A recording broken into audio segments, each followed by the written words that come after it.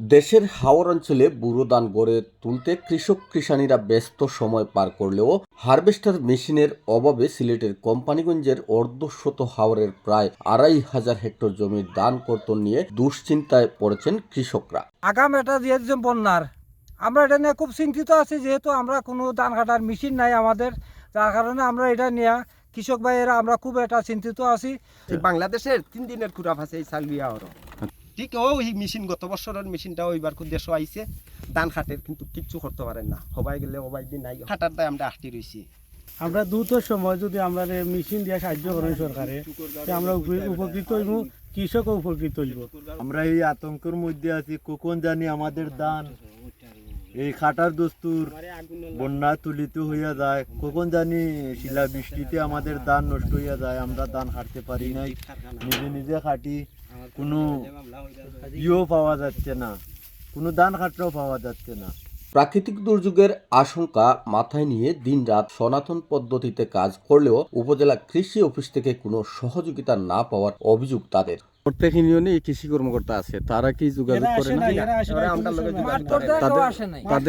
তাদের কাউকে চিনেন আপনারা? কোম্পানিগঞ্জের খেউরিয়া চিনার মতো কৃষি অফিসার কাউকে চিনেন? পরিচয় আছে?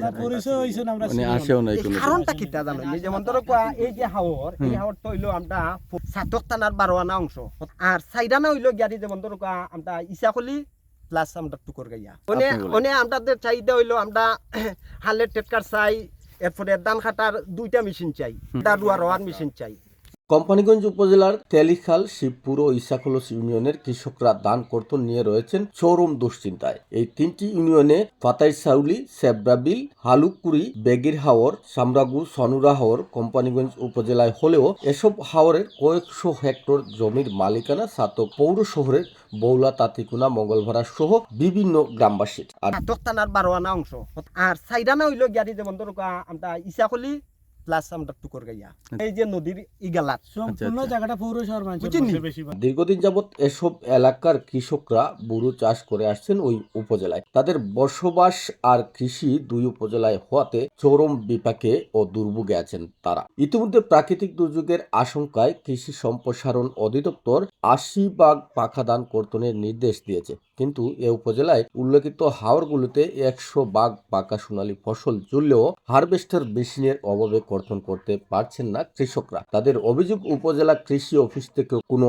সহযোগিতা পাচ্ছেন না। এসব হাওরে কখনো আসেন না উপসহকারী কৃষি কর্মকর্তাও, এমনকি কেউ তাদেরকে চিনেনও না। সরকারি কোনো সহযোগিতা আমরা পাই নাই। আমরা 12 আনা ধান রয়ে গেছে, 4 আনা ধান আমরা হাওরে খাটতেছি। প্রত্যেক ইউনিয়নে কৃষি কর্মকর্তা আছে, তারা কি যোগাযোগ করেন? তাদের কাউকে চিনেন আপনারা? এই কোম্পানিগঞ্জের খেউরিয়া চিনার মতো কৃষি অফিসার কাউকে চিনেন? পরিচয় আছে? মানে আসেও নাই। রবিবার সরজমিনে গিয়ে দেখা যায় হাওরের হাজার হাজার হেক্টর জমির ধান 100 ভাগ পাকা হলেও কর্তনের উদ্যোগ নেই। কৃষকরা বলছেন সনাতন পদ্ধতিতে কিছু ফসল সংগ্রহ করার চেষ্টা করছেন তারা, কিন্তু বন্যা, শিলাবৃষ্টি সহ প্রাকৃতিক দুর্যোগ হলেই নষ্ট হয়ে যাবে এসব ফসল।